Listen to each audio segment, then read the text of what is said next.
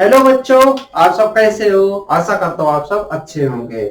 मैं राम प्रकाश आप सबका अपने यूट्यूब चैनल रायनामा 24 के विज्ञान के इस चैनल पर स्वागत करता हूँ।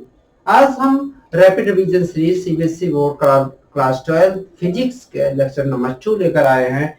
इस लेक्चर में हम आपको रिफ्रैक्शंस के बारे में पढ़ाएंगे।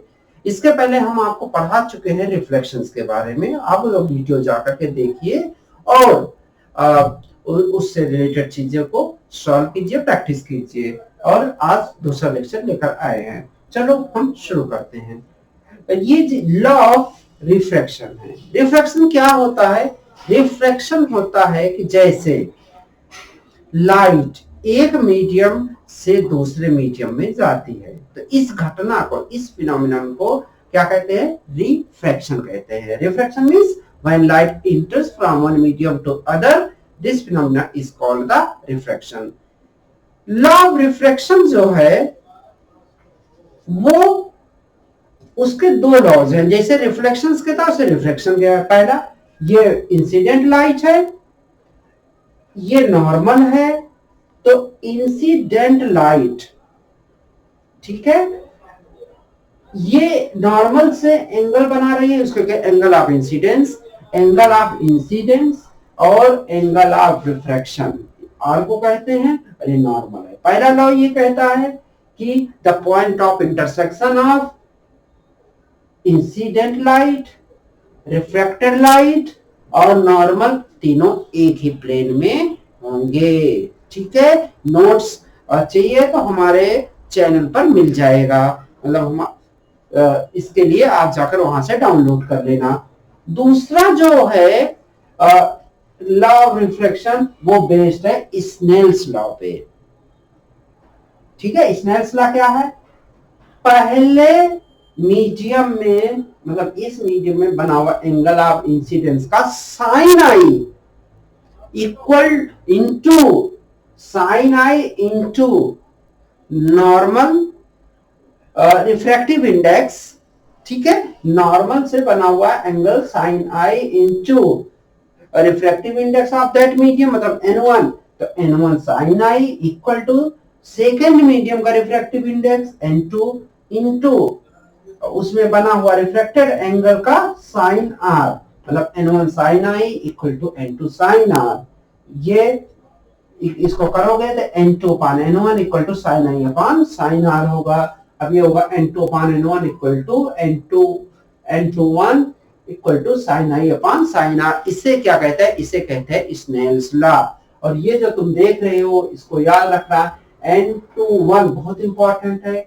इसे कहते हैं रिफ्रैक्टिव इंडेक्स ऑफ मीडियम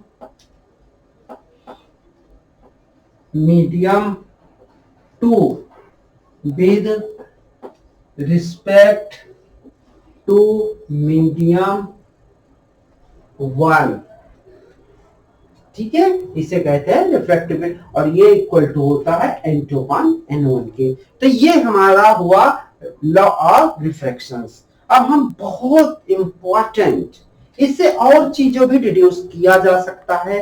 जैसे मान लो एग्जाम में तुम्हारे ऐसा पूछ सकता है, ये मीडियम है, क्लियर? तो ऐसे लाइट आई, ठीक है, इस तरीके से ये एंगल आई बना, इसमें जो है ये एंगल आर हुआ, ठीक है, रिफ्रैक्टेड एंगल हुआ। फिर थर्ड, मतलब फर्स्ट मीडियम, सेकंड मीडियम, ये थर्ड मीडियम, तो n1 हुआ, n2 हुआ, n3 हुआ। ये आर है तो ये भी आर हो गया, अल्टरनेट एंगल है। फिर यहाँ पर मीडियम में गया तो ये n3 हुआ, तो ये I1, इसका नाम ले लो R1, R1 इसका नाम ले रो R2, तो ये हुआ। फिर इस मीडियम में गया तो इस तरीके से क्या होगा? n1 sine I equal to n2 sine R equal to n3 sine R2। तो इस तरीके से इसको तुम लिख सकते हो। तो that is called the Snell's law. देखो कैसे, जिससे है पहला मीडियम n1 का रिफ्रैक्टिव इंडेक्स, ये हुआ साइन आई इक्वल टू, ठीक है, n2 इस मीडियम में रिफ्रैक्टिव इंडेक्स क्या है, R2 इक्वल टू, इस मीडियम में क्या है, N3 साइन R3। इस तरीके से जितने मीडियम है ये लिख सकते हो। कुछ हम स्पेशल केसेस के बारे में पढ़ लेते हैं जल्दी से, तो हम अगला टॉपिक शुरू करेंगे। तो स्पेशल केसेस, दो स्पेशल केसेस के बारे में पढ़ लेते हैं। ये स्पेशल केसेस, ये केस वन। केस वन में देखो, सपोज करो, ठीक है, N1 कम है, N2 ज्यादा है, मतलब कि N1 लेस देन N2, मतलब एक इसका N1 का, ये है मीडियम वन का रिफ्रैक्टिव इंडेक्स और मीडियम 2 का रिफ्रैक्टिव इंडेक्स। मीडियम 1 का रिफ्रैक्टिव इंडेक्स कम है, मीडियम 2 का रिफ्रैक्टिव इंडेक्स ज्यादा है। इट मींस दैट कि जो मीडियम 1 है, मीडियम 1 ये कैसा है, ये है रेयर मीडियम, ठीक है। कैसा मीडियम है, रेयर मीडियम। तो ये है रेयर मीडियम। और मीडियम 2 कैसा है, ए के रिस्पेक्ट में मीडियम 2 है डेंसर मीडियम, ये है डेंसर मीडियम। ओके, ये रेयर है और ये डेंसर है। तो इसमें क्या होगा, इसमें बेटा ये होगा, इस N1 अपान N2 ये लेस देन होगा 1 के। तो N1 अपान N2 इक्वल लेस देन, तुम ऐसा भी लिख सकते हैं N2 upon N1 greater than 1। तो N1 अपान N2 लेस देन 1 है, तो इसको लिख सकते हो कितना, N2 upon N1 greater than 1। N2 upon N1 कितना है, ये बराबर है साइन I अपान ये है sine R greater than 1। This implies that sin I greater than sin R. This implies that I greater than R. इसका क्या मतलब हुआ, इसका ये मतलब हुआ कि जैसे मान लो ये मीडियम का इंटरफेस है, ठीक है, ये मीडियम का इंटरफेस है, इसमें ये नॉर्मल है, ये एंगल है इंसिडेंट एंगल है, क्योंकि ये इंसिडेंट रे है, ये नॉर्मल है। तो I ग्रेटर है, मतलब ये मान लो 60 डिग्री है, तो ये जो एंगल होगा 60 डिग्री से कम होना चाहिए, इसका मतलब तो यही हुआ।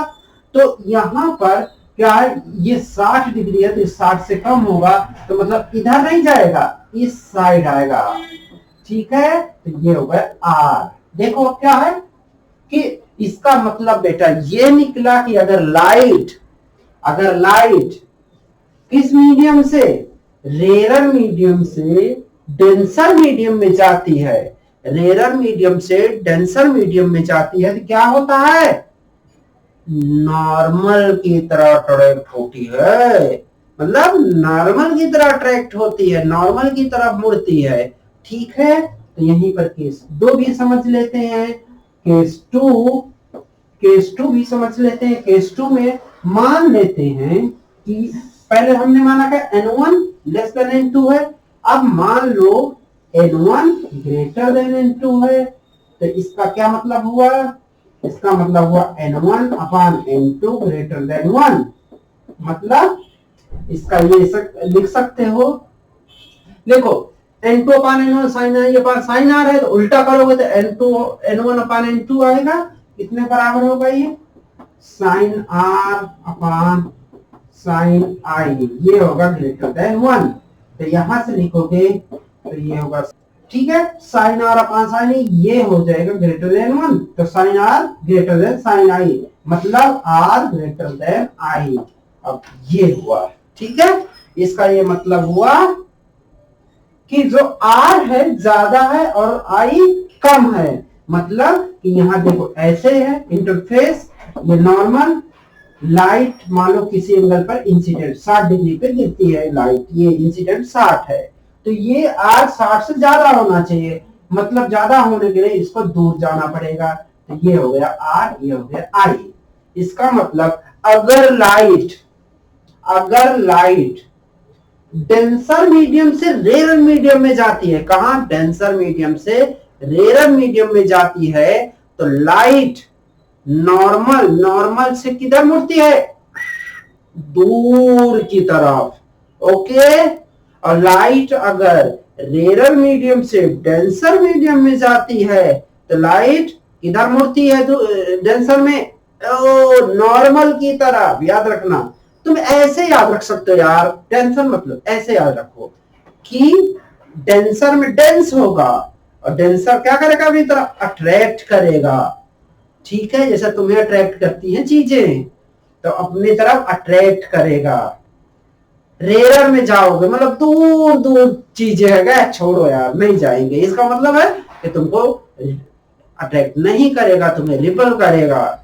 जैसे तुम्हें ना मार्केट में भीड़ भाड़ किसी अच्छा लगता होगा, किसी किसी को, या तुम्हें भी लगता होगा अच्छा, तो भीड़ भाड़ अच्छा अट्रैक्ट करता है, मतलब डेंसर अट्रैक्ट करता है। और रेयर, रेयर मतलब जंगल में चले गए तो अच्छा नहीं लगेगा, बहुत जल्दी भागने का मन करेगा, इसका मतलब रिपेल करता है। तो ऐसे याद रखो, ये हमारा हुआ लॉ ऑफ रिफ्रैक्शन। ये एग्जाम में पूछा जा सकता है। क्या क्या पूछा जा सकता है? एक बार सुन लो। एक दो लॉज पूछे जा सकते हैं, स्नेल्स लॉ पूछे जा सकते हैं, ये पूछा जा सकता है, ये पूछा जा सकता है। अब हम अगला टॉपिक आपको पढ़ाएंगे, टोटल इंटरनल रिफ्लेक्शन। तब तक आप इसको देख लो। ठीक है, हम थोड़ा हट जाते हैं। अब बच्चों हम दूसरा टॉपिक स्टार्ट कर रहे हैं जो कि बहुत इंपॉर्टेंट है। ये आपके एग्जाम में पूछा ही जाएगा, पूछा ही जाएगा। पूछा ही मतलब पूछा ही जाएगा। तो इसका नाम है TIR। ठीक है, TIR। फिर कोई कह रहा होगा नहीं, इसका नाम है टोटल इंटरनल रिफ्लेक्शन। इसका नाम है टोटल इंटरनल रिफ्लेक्शन। ठीक है, टोटल इंटरनल रिफ्लेक्शन याद रखो। अब यहां जैसे दिख रहा है तुम्हें, देखो, टोटल, टोटल मतलब टोटल, इंटरनल मतलब अंदर, रिफ्लेक्शन का मतलब रिफ्लेक्ट होना, मतलब टोटल अंदर रिफ्लेक्ट हो जाए, उसे कहते हैं TIR। चलो इसे और समझते हैं अच्छे से, साइंटिफिक लैंग्वेज में समझते हैं। देखो, ये इंटरफेस है, मान लो दो मीडियम है। एक मीडियम है ये जिसका रिफ्रैक्टिव इंडेक्स है N, अभी मानो N1 है, और दूसरे का रिफ्रैक्टिव इंडेक्स है N2 है। तुम जानते हो कि अगर लाइट, हमने अभी बताया था स्नेल्स लॉ में कि लाइट अगर रेयर मीडियम से डेंसर मीडियम में जाती है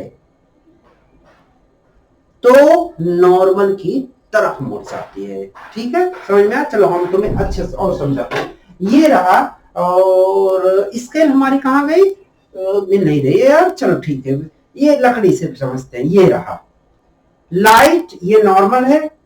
ठीक है, और ऊपर जो है हवा है और नीचे पानी है। इस लकड़ी के लाइट गई ऐसे इंटर की, हवा रेयर मीडियम, जब डेंसर में जाएगी तो लाइट ऐसे क्या हो जाएगी? नॉर्मल की तरफ मुड़ जाएगी, क्योंकि डेंसर अपनी तरफ अट्रैक्ट करता है। ऐसा हमने बताया था, समझाया था।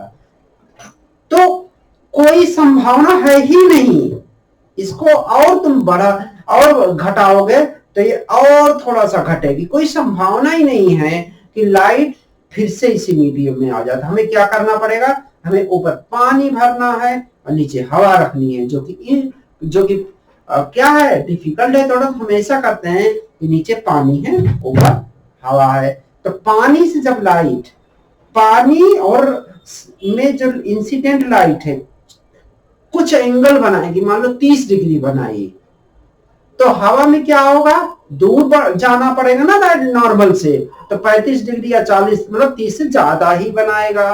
तो सुनो, अब समझो किस तरीके से हम इसे लिख सकते हैं। देखना, हम मान लेते हैं कि ये जो है मीडियम जो है रेयर मीडियम है, और ये जो है डेंसर मीडियम है, और ये नॉर्मल है, ये नॉर्मल है। क्लियर? डेंसर मीडियम से टू मीडियम इंटरफेस पर लाइट इंटर हो रही है, यहाँ पर इंसिडेंट हो रही है, और ये जो इंसिडेंट एंगल है ये सपोज करो आई है, ध्यान से देखना आई है। अब ये डेंसर मीडियम है, डेंसर से जब लाइट रेयर की तरफ जाती है तो क्या होता है। अब तुम पूछोगे क्या होता है, तो हम रजिस्टर उठा लेते हैं। तो डेंसर मीडियम से जब लाइट रेयर मीडियम में जाती है तो नॉर्मल से दूर भागती है, तो दूर ऐसे भागेगी, ठीक है, दिख रहा होगा तुम्हें। हाँ, बहुत पतली लाइन है, ये दिख रहा है। अब हमको क्या चाहिए, रिफ्लेक्ट होना लाइट है, टोटल मतलब पूरा रिफ्लेक्ट हो जाए, तो क्या करेंगे, हम इसको और एंगल पर बढ़ाएंगे थोड़ा सा, ये देखो और एंगल पे बढ़ाए। अब क्या किया, ये नॉर्मल से और ज्यादा एंगल पर क्या हुई, दूर गई। फिर हमने इंसिडेंट को और थोड़ा सा बढ़ाए, जब इंसिडेंट को और बढ़ाए तो रिफ्रैक्टेड एंगल और बढ़ा, पहले इतना था इतना हुआ, अब इतना हुआ। अभी हमारा काम नहीं बना, हमने एक बार बढ़ाया, दो बार बढ़ाया, तीन बार बढ़ाया, लेकिन हमारा काम नहीं बना। तो हमने क्या किया, इंसिडेंट एंगल को और बढ़ा दिया, ठीक है, और हमने कर दिया इतना। तो हमने क्या देखा, हमने देखा कि जो ये लाइट इतनी दूर इतना बना रही थी, अब ये लाइट ना यहां पर क्या हो गया, फैल गई, ग्रेजिंग कहते हैं इसको। तो अब इससे ज्यादा अगर हम इस इंसिडेंट एंगल को बढ़ाएंगे तो ये लाइट फिर से इसी मीडियम में वापस लौट जाएगी। तो जिस पॉइंट पर लाइट की टेंडेंसी है उसी मीडियम में वापस आ जाने की, उसे कहते हैं क्रिटिकल एंगल। तो ये जो इंसिडेंट एंगल है ना, ये आई, इसे IC कहते हैं, या इसको कह सकते हो थीटा सी, इसका नाम है क्रिटिकल एंगल। अब सुनो, सोचो, विचारो। अब हम तुम्हें एक स्केल से समझाते हैं। हमारी दो स्केल किसी ने चुरा ली है बेटो, इसलिए नहीं मिल रही है, चलो मिल गई हमारी स्केल। अब हम जो है, तुम देखो, ये है, ये छोड़ने, ये क्या है, इंटरफेस है, नीचे पानी भरा है। हम पहले बाद में तुमको पानी से समझाएंगे, अभी तुम ऐसे समझो, ये पानी भरा है, ये नॉर्मल है, रुको, ये है, ये नॉर्मल है। अब इधर से मतलब नीचे पानी है, ऊपर हवा है, ये नॉर्मल हुआ। ऐसे लाइट गई, ये वाली पटरी लाइट गई, दूसरे मीडियम में दूर जाएगी नॉर्मल से।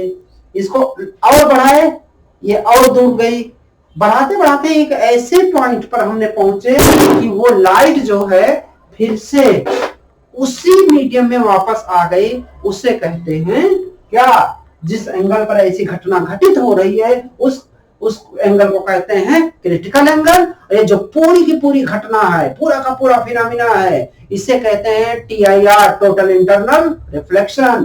क्या कहते हैं, टोटल इंटरनल रिफ्लेक्शन, याद रखना। तो अब हम इसका और अच्छे से डेरिवेशन करेंगे। देखो, डेरिवेशन करने के लिए हमने क्या किया, हमारे पास दो मीडियम है, लॉ ऑफ रिफ्रैक्शन लगाना है। और लॉ ऑफ रिफ्रैक्शन, वो तो पहला लॉ तो कुछ है नहीं, तो दूसरा ही स्नेल्स लॉ। स्नेल्स लॉ को अप्लाई करो। तो अप्लाइंग, तुम्हें जो है अप्लाई करना है, applying Snell's law. Snell's law को अप्लाई करो तो क्या होगा, इस मीडियम से इस मीडियम में लाइट जा रही है, डेंसर से रेयर की तरफ, तो ये होगा ND, ठीक है, sine incident angle equal to NR sine refraction angle. ये स्नेल्स लॉ है। इससे TIR की कंडीशंस क्या है, TIR की कंडीशंस क्या है, तो एनडी साइन, अगर आई थीटा सी के बराबर होगा, किसके बराबर होगा? थीटा सी के, इसे कहते हैं क्रिटिकल एंगल। थीटा सी के बराबर होगा तो एन आप ऐसे लिखेंगे साइन रिफ्रैक्शन। क्या? रिफ्रैक्शन। रिफ्रैक्शन मतलब ये एंगल, ये कितने के बराबर हो गया? 90 डिग्री के बराबर हो गया। तो ये हो जाएगा साइन 90 डिग्री। और साइन 90 का वैल्यू बायोलॉजी वाले तो सो गए, साइन 90 का नहीं आता तो सीख लो। साइन 90 की वैल्यू होती है 1, तो ये हो जाएगा 1 एन आर इंटू 1, और ये हो गया N D sine theta C. तो ये हो गया sine theta C equal to N R upon N T. ठीक है, तो theta C equal to how much? Sine inverse इधर जाएगा तो sine inverse N R upon N D, ये होगा। ओके, तो ये हो गया क्रिटिकल एंगल की वैल्यू। क्या हो गई? क्रिटिकल एंगल की वैल्यू। जब क्रिटिकल एंगल की वैल्यू तुमने निकाल लिया तो अब देख लो क्या होता है कि अब क्रिटिकल एंगल की वैल्यू तुम्हें पता चल गई। तो अब देख लो क्या है कि जो ये थीटा सी है फॉर किसके? टीआईआर के लिए, टोटल इंटरनल रिफ्लेक्शंस के लिए क्या होगा? टोटल इंटरनल रिफ्लेक्शंस के लिए होगा कि जो इंसिडेंट एंगल है वो ग्रेटर देन और इक्वल टू किसके होना चाहिए? थीटा सी के। किसके होना चाहिए? थीटा सी के। अगर थीटा सी के बराबर है, ये मतलब क्रिटिकल एंगल के बराबर है, तो ये रे ऐसे मीडियम पर ऐसे ग्रेस कर जाएगी। और थीटा आई की वैल्यू थीटा सी मतलब क्रिटिकल एंगल से ज्यादा है, तो ये क्या हो जाएगा? क्या होगा? ये होगा कि ये लाइट इसी मीडियम में वापस आ जाएगी। इसको ऐसे समझ सकते हैं, ये एनडी मतलब डेंसर मीडियम, ये रेयर मीडियम, लाइट ऐसे जा रही है, यहाँ पर लाइट इंसिडेंट हुई ऐसे। ठीक है, तो ये हुआ डेंसर मीडियम, तुम्हें नहीं दिख रहा होगा, तो ये हो गया डेंसर मीडियम, ये हो गया रेयर मीडियम। तो लाइट ऐसे गई इंसिडेंट, ये आई। तो अगर आई थीटा सी के बराबर है तो लाइट जो है देखो कैसे जाएगी? लाइट इस पे चली जाएगी, इस पे चली जाएगी। और अगर ये मतलब ये थीटा सी से बड़ा है, मान लो कि इतना बड़ा है, ये देखो थीटा सी से बड़ा है, तो अब इसमें लाइट इसी मीडियम में वापस लौट आएगी। इसे क्या कहते हैं? इस घटना को कहते हैं टोटल इंटरनल रिफ्लेक्शन। अब 2-3 वैल्यू हम बताते हैं, 2 वैल्यू याद कर लो कि टीआईआर जब वाटर से एयर में जाती है, मतलब कि value of critical angle, value of theta C किसके रिस्पेक्ट में? एयर और मीडियम के रिस्पेक्ट में। तो इसमें वाटर के लिए यहां पर तुम्हें एयर का रखना है, ये इक्वल टू कितने का होता है? तुम्हें पता कितने के बराबर होता है? ये होता है 48.75 डिग्री के बराबर। तो ये हो जाएगा 48.75 डिग्री। और डायमंड का याद रखना, डायमंड का होता है 24.41 डिग्री। लमसम ये वैल्यू तुम याद रखना, ये होता है क्रिटिकल एंगल की वैल्यू। ठीक है, समझ में आया? अब हम इसको 1 मिनट देख लो, उसके बाद हम कुछ एग्जांपल्स लेते हैं टीआईआर के लिए। 1 मिनट, अब इसका स्क्रीनशॉट ले। अब हम सीखेंगे एग्जांपल्स किसके? टीआईआर के। तो ये हो जाएगा एग्जांपल ऑफ टीआईआर। एग्जाम में अगर 1 मार्क्स में पूछा गया कि इसमें से कौन सा एग्जाम्पल टीआईआर का है, टोटल इंटरनल रिफ्लेक्शंस का है, तो तुम्हें ये लिखना है। देखो पहला है मिराज। मिराज किसी का नाम नहीं है, ये एक घटना है जो रेगिस्तानों में हमको रात में चलते हैं ना, तो हमको नजर आता है कि पूरा का पूरा पानी भरा हुआ रेगिस्तान में, तो वो मिराज है, मतलब एक तरीके का ऑप्टिकल इल्यूजन है। इसको हम बाद में तुम्हें दिखेंगे कभी टाइम मिला तो। दूसरी घटना है shining of diamond. Shining diamond जो चमकता है, शाइनिंग ऑफ हीरे के चमक, डायमंड, शाइनिंग ऑफ डायमंड, ये दूसरी घटना है। ठीक है, याद रखना है तुम्हें। तीसरा सबसे इंपॉर्टेंट है फाइबर ऑप्टिक्स पूछता है। फाइबर ऑप्टिक्स किस फिनोमिना पे बेस्ड है? फाइबर ऑप्टिक्स, ये बेस्ड है टीआईआर पर। और फोर्थ में प्रिज्म में टीआईआर देखा जा सकता है, प्रिज्म में। ये तुम्हें याद रखना है एग्जाम्पल ऑफ टीआईआर। ठीक है, चारों एग्जाम्पल्स हम हट जाते हैं, देख लो, तो ये चारों एग्जाम्पल्स बहुत इंपॉर्टेंट। अब हम आपके लिए लेकर आए हैं रिफ्रैक्शन ऑफ स्फेरिकल सरफेस। ये होगा रिफ्रैक्शन, बहुत इंपॉर्टेंट है। इसी से हम लेंस मेकर फार्मूला को ड्राइव करेंगे, इसलिए ये बहुत इजी है, बस थोड़ा सा आप समझ लेना अच्छे से। रिफ्रैक्शन क्या होगा? Refraction of spherical surface, refraction of spherical surface, spherical surface.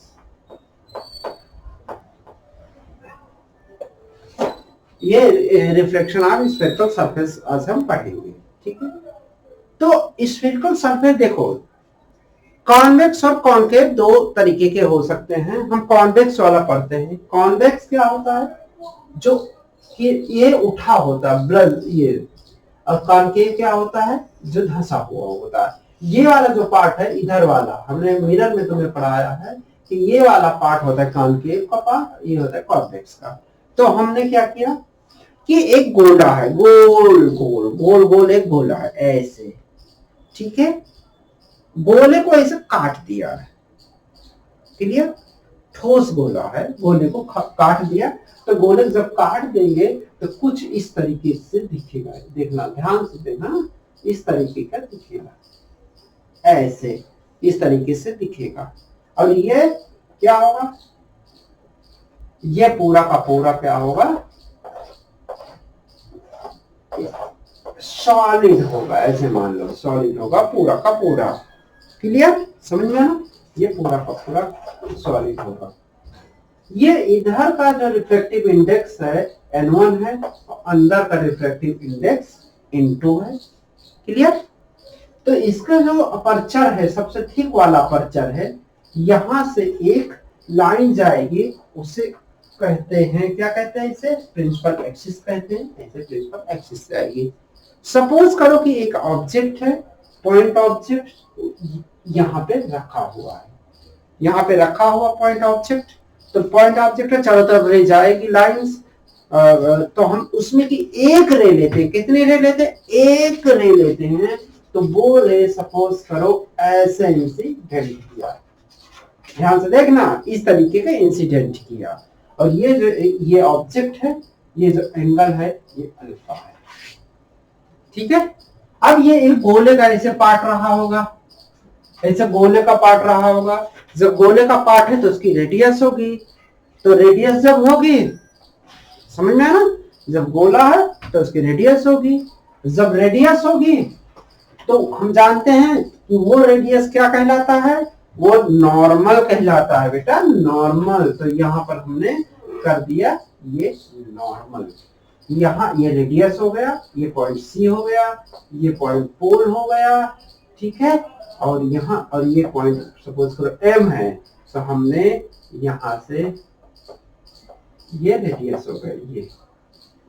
ये कैसा एक्ट करेगा? ये नॉर्मल की तरह एक्ट करेगा। अब तुम जानते हो कि ये जो एंगल है, ये वाला, ये एंगल है, ये एंगल है आई, इंसिडेंट एंगल है। क्या एंगल है? इंसिडेंट एंगल है।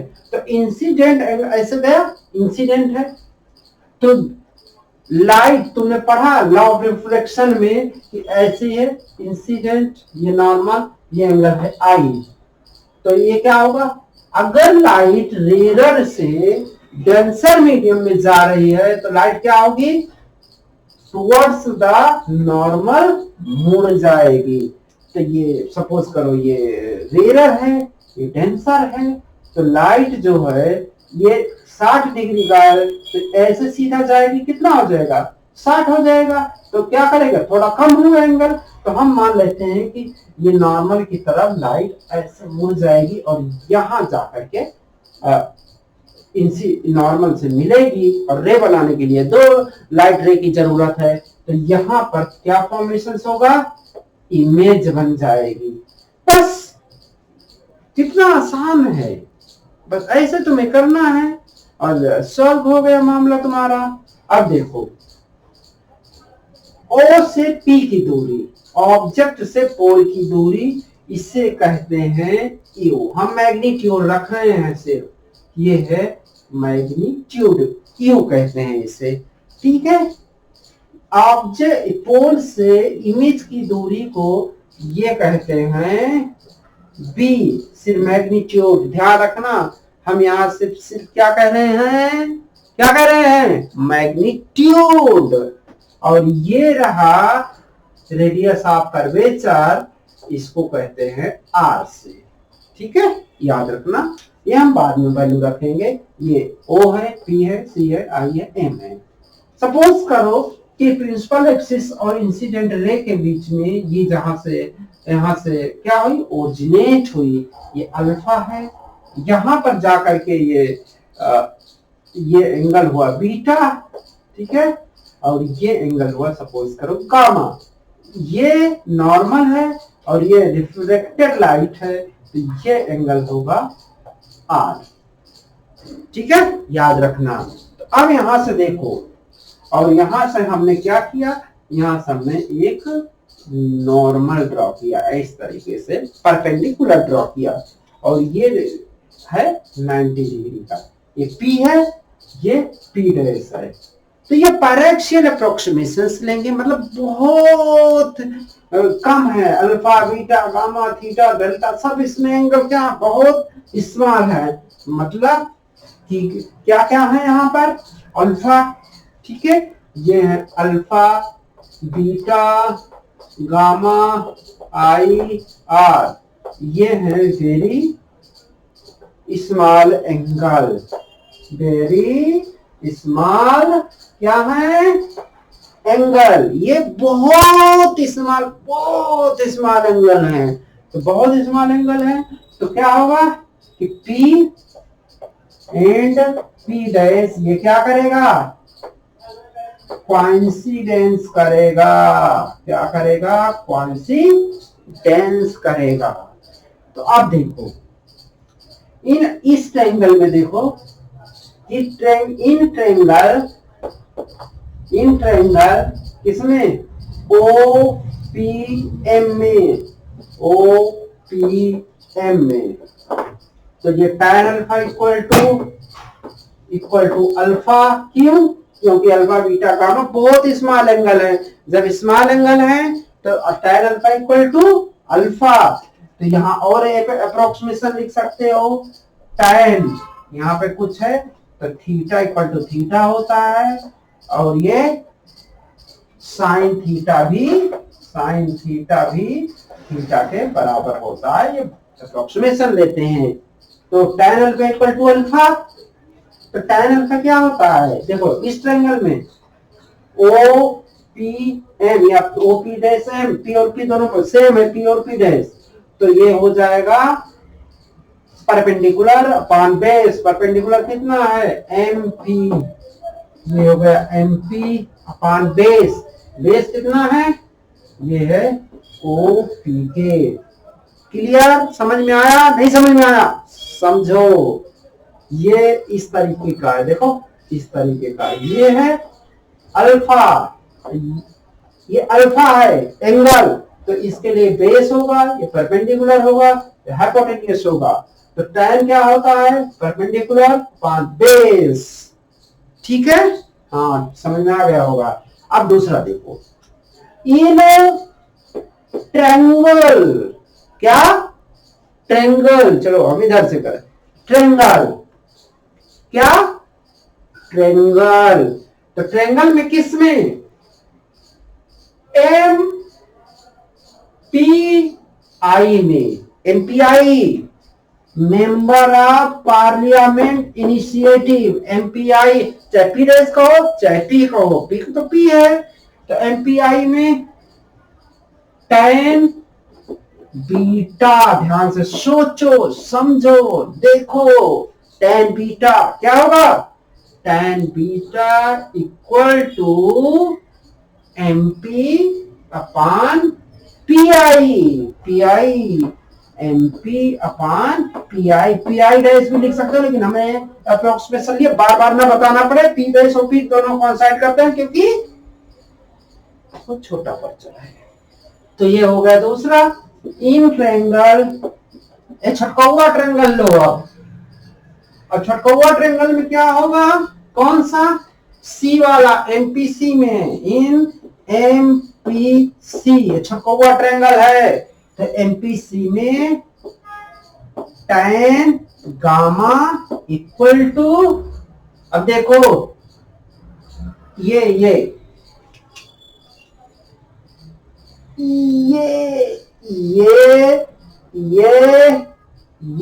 पीओपी रेस एक ही है, भूलना मत, बिकॉज इतना पतला है कि इस पॉइंट को अलग नहीं किया जा सकता। तो ये हो जाएगा tan gamma M P upon PC, PC ये हो जाएगा। और चुपचाप अच्छे से पढ़ाई करना, मोबाइल देखना मना है, पढ़ते हो तो मोबाइल नहीं देखना है, otherwise I will give you punishment, online punishment कहते हैं उसको। तो ये हुआ, तीन इक्वेशंस हुए। अब देखो यहाँ हमने ये चीज नहीं लिखा, tan अल्फा इक्वल अल्फा है, ये बीटा होगा, ये गामा के बराबर होगा, ये इक्वेशन नंबर 1। समझ में आया? क्लियर? अब एक दो चीज और तुम्हें याद रखना है, स्नेल्स लॉ। स्नेल्स लॉ से नीचे लिखूं, यहां तक लिख सकते हैं, यहां तक लिखो, ठीक है? तो Snell's law by Snell's, Snell लिख रहा हूं यार, हम स्नेल्स लॉ। स्नेल्स लॉ क्या कहता है? 50 बार बताया हूं, गलत नहीं होना चाहिए। पहले मीडियम बोलो, N1 का रिफ्रैक्टिव इंडेक्स, इसमें इंसिडेंट एंगल क्या है? साइन आई, आई है उसका साइन लेंगे, इक्वल टू दूसरा मीडियम क्या है? N2 वाला मीडियम है, यहाँ N2 लिखेंगे, दूसरा मीडियम मल्टीप्लाई किससे करेंगे? अब इसमें रिफ्रैक्टिव एंगल क्या है? ये देखो, ये तुमने मिटवा दिया मेरा, ये R है, तो ये हो जाएगा साइन R। फिर से एक बदतमीजी करना है, कौन सी? I और R बहुत स्मॉल है, इसलिए sine I equal to I और sine R equal to R, तो ये हो जाएगा N1 I equal to N2 R। ये इक्वेशन नंबर 2, ठीक है?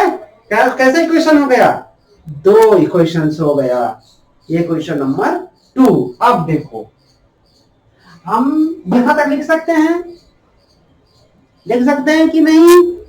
चलो हम यहां तक लिख सकेंगे। अब देखना, अब देखो लो, अब देखो ये इक्वेशन 1 और 2 है। अब एक कहानी और गढ़नी है, कौन सी कहानी? देखना भाई,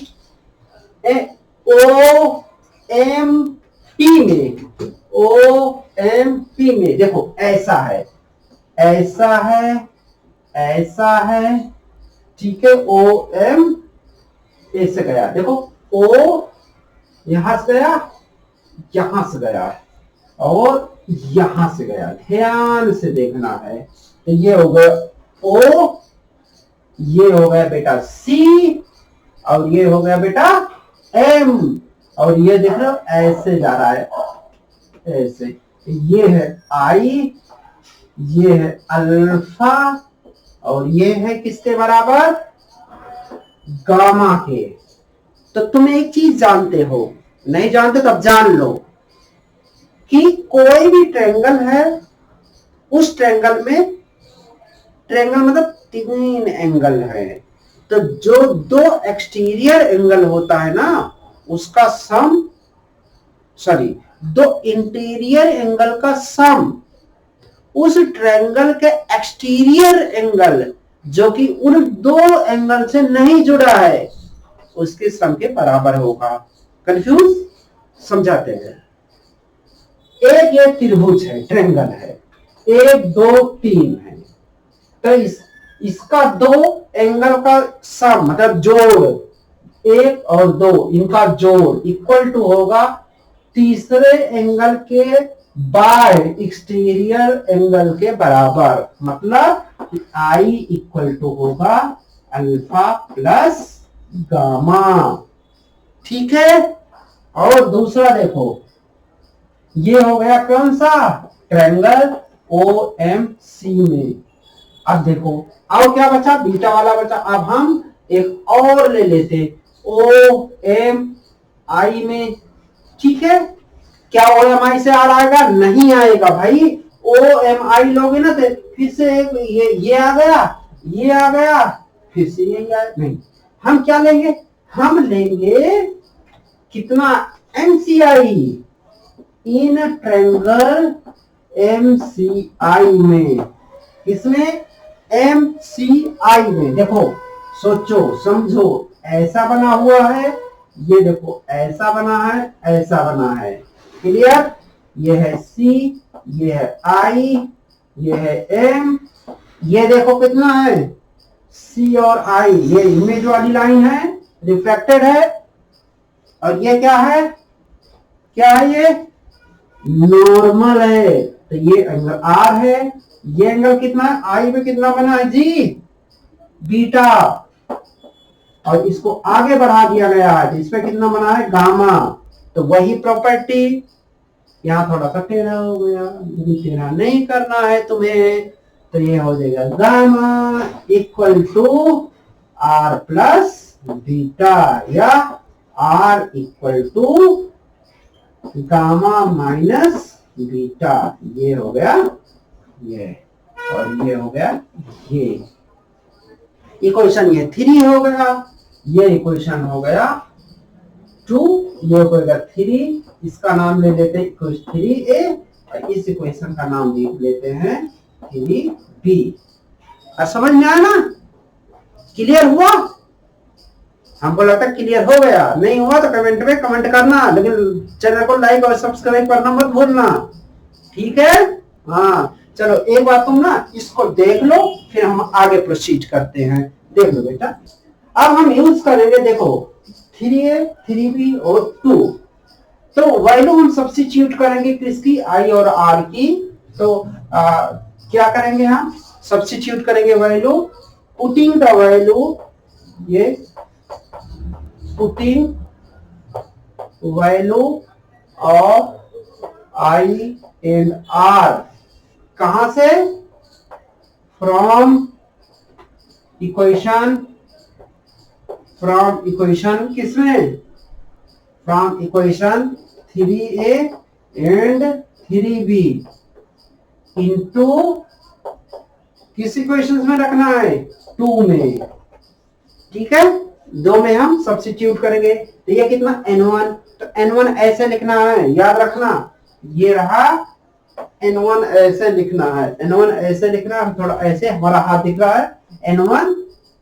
अब ये i है, i की वैल्यू वहां से 3a से उठा लो, alpha plus gamma equal to n2 ऐसे लिखना है, यहां देख लो यहां पर, और आर की वैल्यू वहां से कॉपी पेस्ट करो, वहां से हटाओ और यहाँ पे रखो।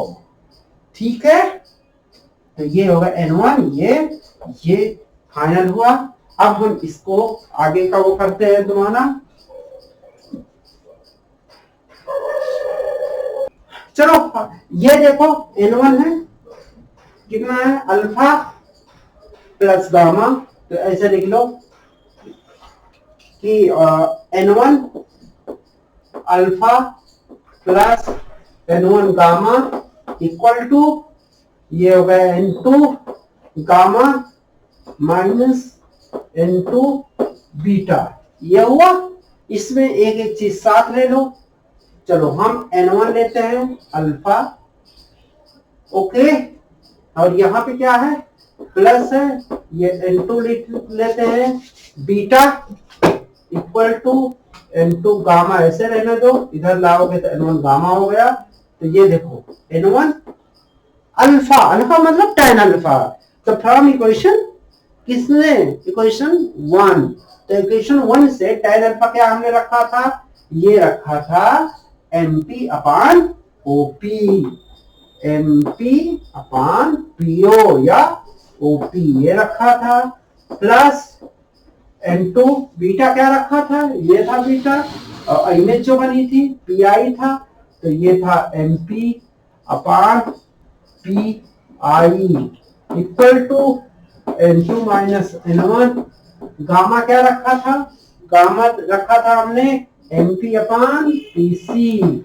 तो यहाँ देखो MP MP कैंसिल आउट हो जाएगा, तो N1 ये हो जाएगा OP plus N2 PI equal to, ये हो जाएगा N2 माइनस N1 अपान PC। अब हम साइन कन्वेंशन से इसकी वैल्यू सब्स्टिट्यूट कर देते हैं।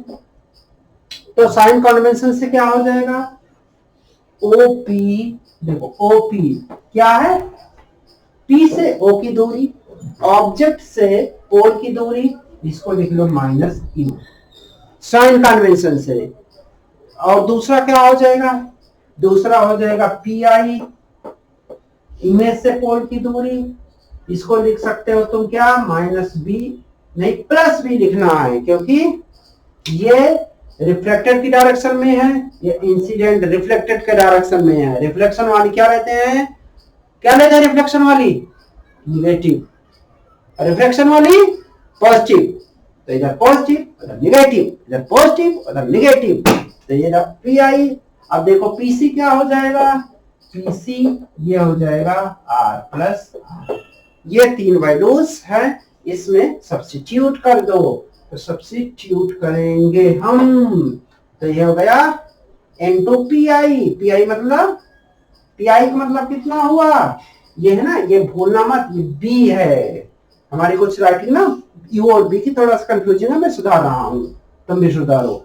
तो ये हो गया देखो N2 upon B minus N1 upon U equal to N2 minus N1 upon R। ये शोन, ये हो गया फार्मूला किसका, रिफ्रैक्शन ऑफ स्फेरिकल सरफेस। अगर सीबीएसई में ये पूछा गया कि बेटा find out the relation between V U और R, तो तुम इस फार्मूले को ड्राइव करते होगे। तो विच इज द रिलेशन, ये हो गया relation between U V and R। अभी बहुत इंपॉर्टेंट है और इसे तुम्हें एक दो बार देख लेना है। एग्जाम में 5 मार्क्स का आएगा, डेरिवेशन में कितने का, 5 मार्क्स का। अब हम इसी का यूज करके लेंस मेकर फार्मूला बताएंगे, उसके बाद ये टॉपिक फिनिश और बचेगा ऑप्टिकल इंस्ट्रूमेंट, जो बहुत इंपॉर्टेंट है, बहुत आसानी से हम समझाने वाले हैं ऑप्टिकल इंस्ट्रूमेंट, इसलिए आप इसको देख लो, ठीक है, स्क्रीनशॉट ले लो, तब हम आगे चलते हैं। अब हम आपको पढ़ाने जा रहे हैं लेंस मेकर फार्मूला। ठीक है, याद रखना लेंस मेकर फार्मूला, इसका डेरिवेशन बहुत इंपॉर्टेंट है। Lens maker formula, lens maker formula, ठीक है। क्या पढ़ाने जा रहे हैं? बोलो भैया, हेलो बोलो। लेंस मेकर फार्मूला, इसको मेयर्स फार्मूला भी कहते हैं। चलो हम शुरू करते हैं। लेंस मेकर फार्मूला, एक लेंस का तुम कॉनकेव या कॉन्वेक्स दोनों में से किसी लेंस का यूज कर सकते हो। हम यहां जो फार्मूला ड्राइव करेंगे उसमें क्या यूज करेंगे? कॉन्वेक्स। कॉन्वेक्स मतलब दोनों दोनों दोनों तरफ उठा हुआ। देखो इस तरीके से, ये रहा कौन सा लेंस है? ये कॉन्वेक्स। ये पता कैसे रहा होगा? ऐसे दो गोला रहा होगा, एक ऐसे गोला रहा होगा ऐसे, और एक ऐसे गोला रहा होगा। ध्यान से देखो, हम मिटा देंगे। यहाँ ऐसे एक गोला रहा होगा, एक ऐसे रहा होगा। दोनों कॉपी पेस्ट करके यहाँ पे कर दिया गया होगा। इधर वाला पार्ट यहाँ से कट करके इधर वाला पार्ट यहाँ से कट किया, तो ये बन गया क्या? ये देख लो ना, ये वाला बीच वाला क्षेत्र, ये बन गया क्या? इसे कहते हैं कॉन्वेक्स। अब इसका जो गोली है ना, ये वाला गोला, इसका रेडियस यहाँ होगा, इसका गोला जो है, इसका जो है सेंटर यहाँ होगा, सेंटर यहाँ होगा, ये रेडियस आर होगा, ये रेडियस। अब ये अलग अलग है, जब अगर इक्वल है तो बाई कॉन्वेक्स कहेंगे, अगर अलग तो इसको कहेंगे R1, इसको कहेंगे R2। अब हम उसी को ड्राइव यहाँ पर करने जा रहे हैं, ठीक है, याद रखो। यहीं पे हम ड्राइव करने जा रहे हैं। देखो ये है प्रिंसिपल एक्सिस, मतलब कि सबसे मोटे पार्ट के, लेंस के सबसे मोटे पार्ट से जो रेट पड़े डायरेक्ट निकल जाए, उसे क्या कहेंगे? क्या कहेंगे? Principal axis. लो लो लो लो लो, ये प्रिंसिपल एक्सिस है, ठीक है। हमने क्या किया? हमने किया यहाँ पर एक ऑब्जेक्ट रख दिया। ध्यान से देखना, यहाँ पर एक ऑब्जेक्ट रखा, ऑब्जेक्ट का नाम रख दिया O। ये जो मिडिल पॉइंट है इसका नाम है P। ये वाली डिस्टेंस है हो गई, अभी मैग्नीट्यूड लिख रहे हैं। क्या लिख रहे हैं? मैग्नीट्यूड, ये U। और यहां से रे गई। अब देखो, हमने तुम्हें बताया ना, ऐसे मान लो कि ऐसे है, ऐसे है, रे यहां से ऐसे जाएगी, यहां पर पड़ी, तो ये पहला सरफेस बेटा है, ये सरफेस है L1, ये वाला सरफेस यहां पर पड़ी, ये वाले सरफेस पे, ये वाले सरफेस पर पड़ी। पढ़ने के बाद क्या किया तुम्हें पता है कि ये इधर का गोला रहा होगा, तो जब इधर का गोला रहा होगा तो ये इसका नॉर्मल होगा, तो ये आई होगा, ठीक है। यहाँ पढ़ने के बाद ये इस तरीके से मुड़ा होगा, ठीक है। समझ में आया कि नहीं? नहीं समझ में आया? समझो, यहाँ पर ये मुड़ा होगा, ऐसे मुड़ा होगा तो इस सरफेस पे जाकर गिरा होगा। अब ये आई है और ये हो जाएगा रिफ्रैक्शन एंगल R1। ध्यान से सुनो, ये होगा R1।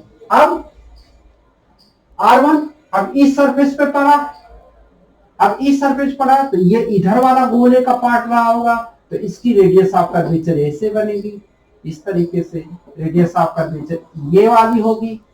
ध्यान से सुनना, ये रेडियस ऑफ कर्वेचर होगी। अब ये रेडियस ऑफ कर्वेचर है, अगर नॉर्मल कहलाएगा इसे।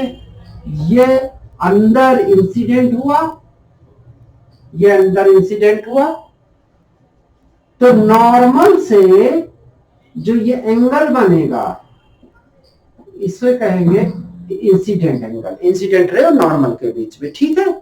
अब फिर ये N1 रिफ्रैक्टिव इंडेक्स था, ये N2 था, N2 से फिर से बाहर गया, N1 के मीडियम में गया, जो कि इधर है, इधर N1 है, इधर N1 है, और इधर जो है इसका N2 है।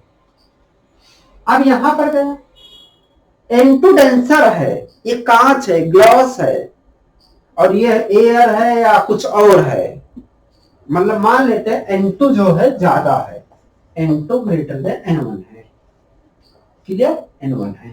तो इस अब ये I इंसिडेंट एंगल है। अब रिफ्लेक्टेड एंगल क्या होगा? रिफ्लेक्टेड एंगल क्या होगा? डेंसर से, देखो रेयर से डेंसर में गया, रेयर से, देखना भैया क्यों भूल जाते हो, रेयर से डेंसर ऐसे गया पड़ा, अब इधर डेंसर है, तो डेंसर है क्या होगा? नॉर्मल की तरफ मुड़ जाएगा, यहां पहुंचा। अब डेंसर डेंसर डेंसर डेंसर से नॉर्मल की तरफ गया तो क्या करेगा? फिर दूर हट जाएगा नॉर्मल से। इसका मतलब है कि फिर से यहाँ ये देखो, ये नॉर्मल रहा, ये वाला लाइन नॉर्मल है, तो ये फिर से दूर मुड़ जाएगा ऐसे, और यहां पर जाकर फाइनल इमेज बनी। ये कहानी ऐसी है। कैसी कहानी है? ऐसी है। और इस कहानी को शॉर्ट में यहां पर हम कहेंगे। तो ऐसे अंदर गया। अब फाइनल इमेज कहां, फाइनल इमेज कहां पे फॉर्म हुई? फाइनल इमेज फॉर्म हुई यहां पर। इसका नाम रख दो आई। समझ में आया ना? ये आई हो गया। अब हम एक एक करके एक एक चीज को समझते हैं। हम पहले लिखेंगे कि इसमें कितने सरफेस है? 2 सरफेस है, रिफ्रैक्शन बाय 2 सरफेसेस। तो इस लेंस मेकर फार्मूले को हम 2 स्टेप में प्रूव करेंगे, याद रखना। तो स्टेप 1,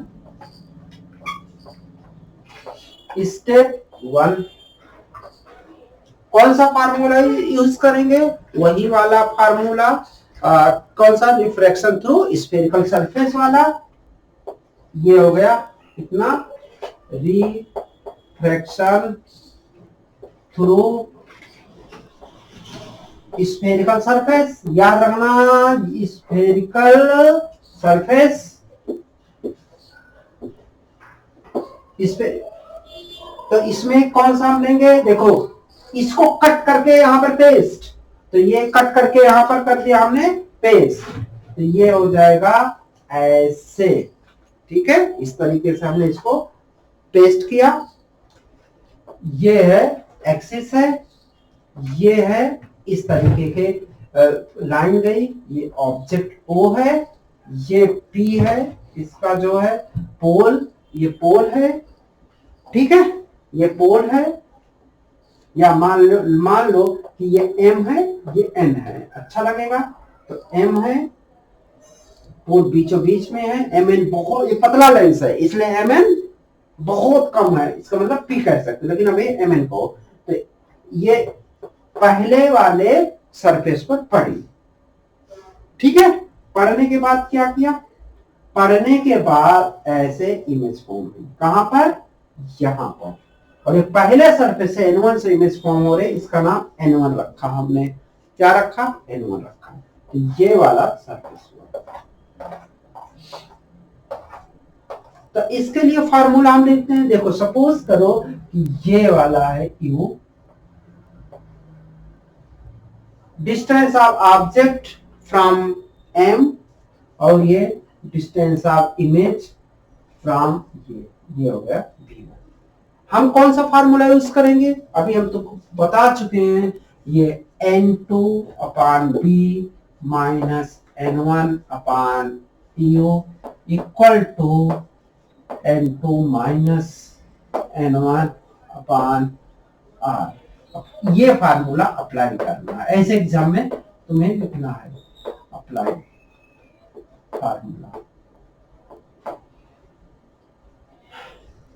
ठीक है। अब ये फार्मूला तुम्हें अप्लाई करना है, तो इसको अप्लाई करो इसमें। तो ये हो जाएगा कितना? N2 अपॉन, ये इमेज कहां बने? ये हो जाएगा B1 minus N1 upon object की दूरी U। अभी साइन के बारे में टेंशन मत लेना, जैसे वैसे लिखो। तो ये हो जाएगा N2 माइनस N1, और ये इस साइड पड़ रहा है, ठीक है। तो ये वाला जो है कैसे, कहां पे होगा? ये मुड़ेगी यहाँ पर, ये पॉइंट होगा C1 और यहां से यहां तक हो जाएगा R1, क्योंकि ये एक गोले का पार्ट, एक स्फीयर है, उसका पार्ट रहा होगा, उसकी रेडियस ये होगी R1, radius of curvature R1 होगा, सेंटर C1 होगा, तो यहाँ पर R1। ये क्वेश्चन नंबर 1 बहुत आसान है, टेंशन नहीं लेने का, टेंशन नहीं लेने का। अब दूसरा देखो, अब ये देखो देखो देखो, देखो यहां पर गया, यहां पे इंसिडेंट हुआ, अब इंसिडेंट हुआ अगले सरफेस पे ले जाएगी, तो ये वाली जो I1 है, मतलब यहां पे हम सरफेस लिखते हैं, सरफेस जब I1 इमेज है, इमेज I1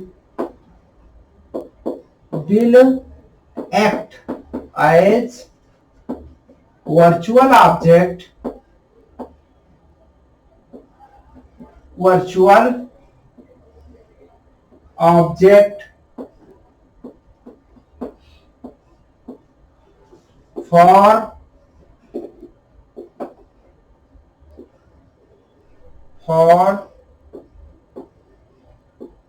सरफेस, किसके लिए, N2 के लिए। अब देखना, अब इसके लिए बनाओ, दूसरे के लिए, दूसरा इस तरीके से देखना, पहला इस तरीके से, दूसरा इस तरीके से है। अब यहां से देखो ऐसे जा रहा, ऐसे हमने थोड़ा बड़ा कर दिया, और ये है प्रिंसिपल एक्सिस, ठीक है, ये वाला सरफेस, ये वाला, ये वाला, ये वाला सरफेस, ये इसको हमने कट करके यहाँ पर पेस्ट कर दिया। अब देखो ऐसे गई रे, ऐसे पड़ी, ऐसे पड़ी, फिर ऐसे मुड़ रही है ना, ये वाली मुड़ रही है, तो बहुत मोटा है, इतना मोटा नहीं बनाए हैं, तो ये मान लो कि ऐसे पड़ी, ऐसे गई, ऐसे, ये हो गया N2, और ये ऐसे गई इस तरीके से, मतलब कि इस तरीके से गई, ठीक है, इस तरीके से, और ये हो गया नॉर्मल, ये हो गया C2, ये दूरी कही जाएगी R2। समझ में आ रहा है? नहीं आ रहा है समझ में? हाँ आ रहा होगा। अब ये नॉर्मल है, अब ये कौन सा मीडियम है, कौन सा मीडियम है, ये टेंसर है, इधर कौन सा मीडियम है, रेयर है, तो ये जो है कुछ इस तरीके से यहां से जाएगी, ठीक है, ये ऐसे ऐसे जाएगी।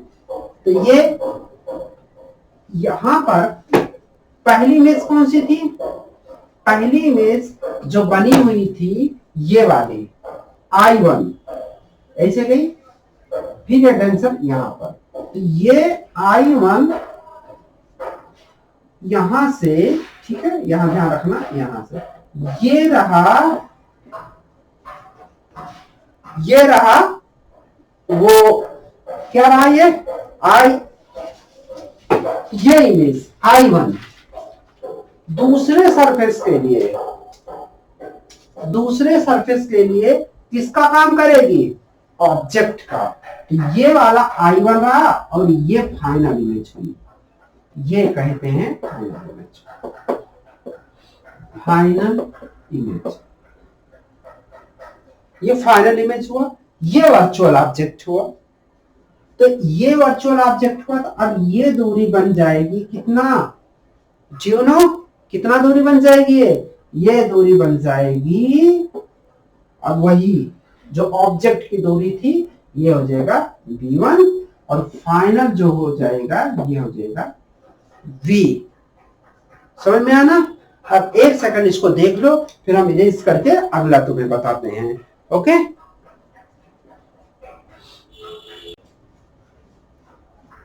चलो हम शुरू करते हैं। नेक्स्ट इसका ये समझ में आया। अब इसके लिए जो फार्मूला लिखेंगे, इसके लिए जो फार्मूला हम लिखेंगे वो कौन सा होगा, यही फार्मूला अप्लाई करेंगे, n अप टू और v। समझ में आया ना? तो यहां लिखेंगे हम n1। कैसे n1?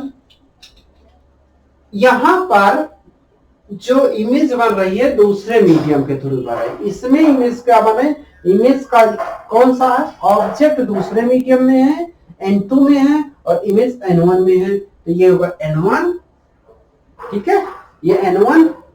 उसके बाद क्या हो जाएगा, ये दूसरा, ये हो जाएगा फाइनल। फाइनल कहां पर रहा है, फाइनल बी पर, माइनस N2, और ये कितना हो जाएगा, ये हो जाएगा B1 इक्वल टू, ये हो गया N1 माइनस N2 अपान, ये हो गया R2। अब देखो इधर वाला हमने प्लस लिया, जो पहला वाला था इस साइड का प्लस, तो इधर वाला हमें माइनस लेना है, तो ये हो जाएगा माइनस। समझ में आया ना, क्लियर हुआ, कहीं कंफ्यूजन, शायद नहीं, तुम्हें कंफ्यूजन होना चाहिए। अब हमारे पास दो चीजें हो गई, कौन कौन से, एक इक्वेशन ये और एक, सॉरी अभी हम कोई साइन नहीं लगा रहे हैं, ये इक्वेशन नंबर 1, ये equation number 2, adding equation 1 and 2,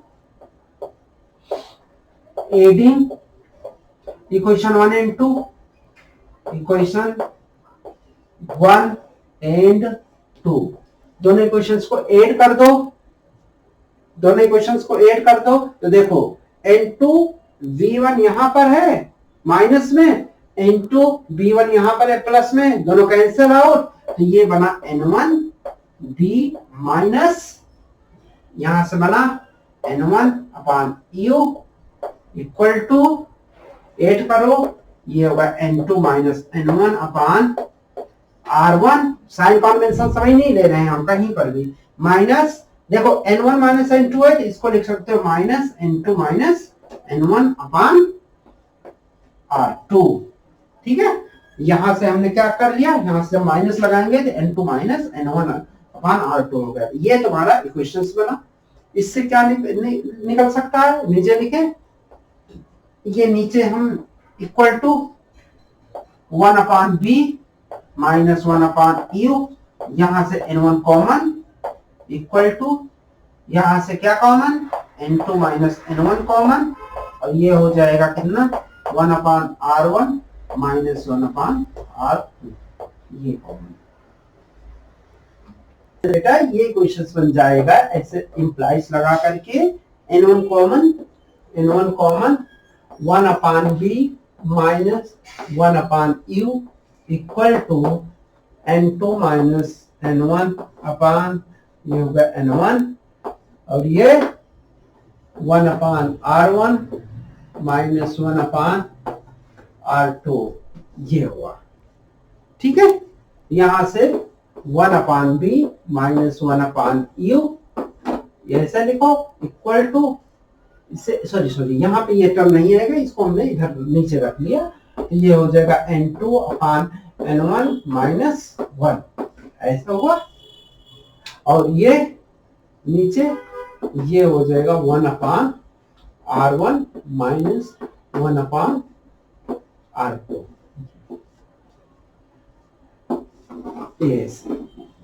इससे जो है ना N2 अपान N1, इसको ऐसा लिख सकते हैं N2 1, मतलब रिफ्रैक्टिव इंडेक्स आप किसका, second with respect to first, मतलब अगर ग्लास लेंस है ना, लेंस, तो ऐसा लिख सकते हो refractive index of lens with respect to air water, कुछ भी, तो हम यहां लिख लेते हैं refractive index of medium two with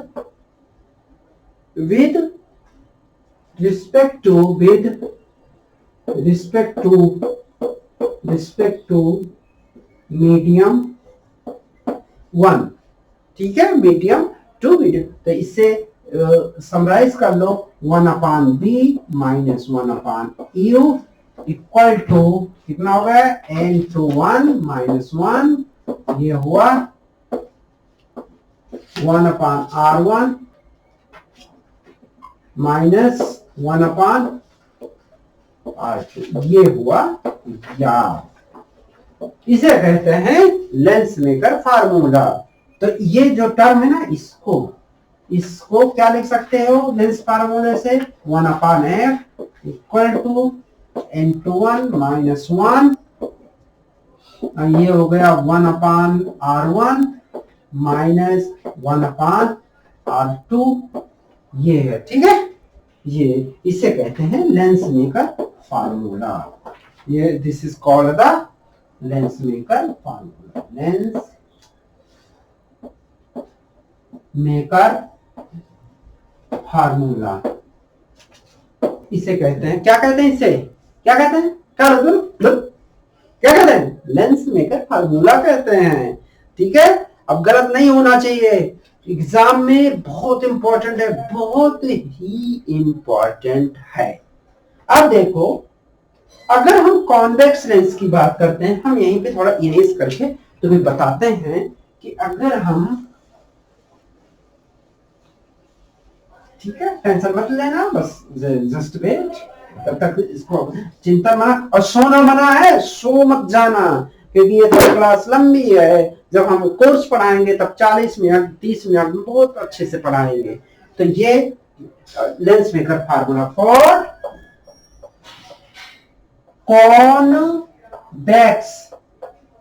convex lens, R1 क्या होगा, R1 क्या होगा, पॉजिटिव, R2 क्या होगा, निगेटिव, ठीक है। क्यों, क्योंकि कॉन्वेक्स में ऐसे बनता है, तो इधर वाला गोला तो R1 होता है, इधर वाला गोला R2 होता है, स्फीयर।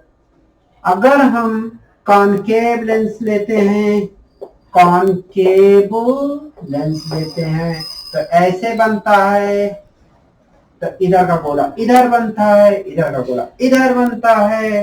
तो इसमें इधर वाला, इसमें जो है R1 माइनस लेते हैं, ठीक है, माइनस लेते हैं, और R2 जो है क्या लेते हैं, क्या लेते हैं, R2, R1 इधर बनता है, R2 इधर बनता है, ये पॉजिटिव लेते हैं, याद रखना, ओके। और मिस्टेक नहीं होनी चाहिए, अब याद रखना इस चीज को। अब अगला टॉपिक सिर्फ 3 मिनट का रह गया है, जिसे कहते हैं पावर ऑफ लेंस। आप इधर इधर अच्छे से देख लो, एक सेकेंड, हम अगले उस पे चलते हैं। बच्चों, अगला टॉपिक हम तुम्हें पढ़ाएंगे पावर ऑफ द लेंस। तो पावर ऑफ द लेंस में ये बहुत इंपॉर्टेंट टॉपिक है और लास्ट टॉपिक है। उसके बाद हम ऑप्टिकल इंस्ट्रूमेंट में जाएंगे। तो पावर ऑफ, इसको ना स्मॉल पी से लिखते हैं, सॉरी कैपिटल पी से, नॉट स्मॉल। मैं strictly sorry here, because mistake तो हो सकती है ना, तो इसको पावर ऑफ लेंस को पी से लिखते हैं। इसको डिफाइन करते हैं कि एबिलिटी, मतलब power of the lens is defined as ability to converge और डाइवर्ज ऑफ लाइट। समझ में आया ना?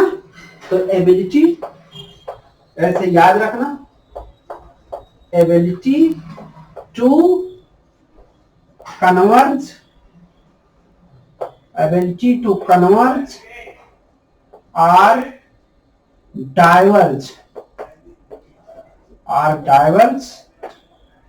of light by lens, ये होता है ये, ठीक है। इससे कहते हैं पावर ऑफ द लेंस। इसको मैथमेटिकली कैसे डिफाइन करते हैं? मैथमेटिकली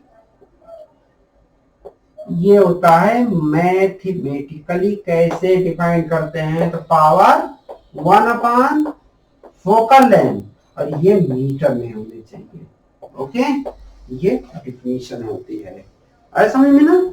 ये पावर ऑफ द लेंस है, मीटर में होनी चाहिए। यूनिट क्या होती है? यूनिट इसकी होती है डायोप्टर। डायोप्टर इसकी यूनिट है। और डायमेंशन क्या होती है? कभी कभी एग्जाम में पूछ लिया जाता है। डायमेंशन होता है, देखो ये मीटर में होता है तो 1 अपॉन मीटर, तो ये होता है m0 l0 t1, ये होता है इसकी डायमेंशन, जो कि तुम्हें ये है टी इनवर्स ना, m0 l0 t इनवर्स, ये हो जाएगा पावर ऑफ लेंस।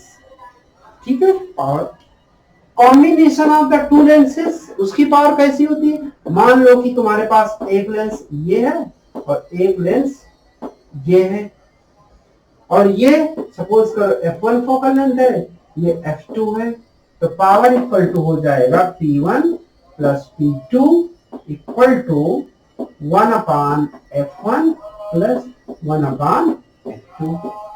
ये हो जाएगा पावर ऑफ लेंस, और ये टोटल पावर हो जाएगी।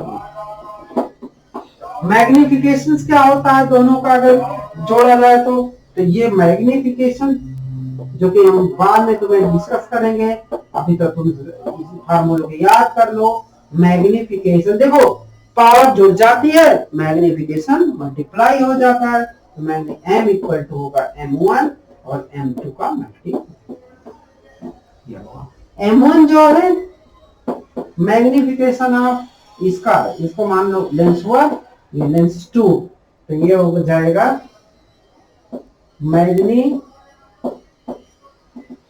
मैग्निफिकेशन ऑफ L1, और M2 हो जाएगा मैग्निफिकेशन ऑफ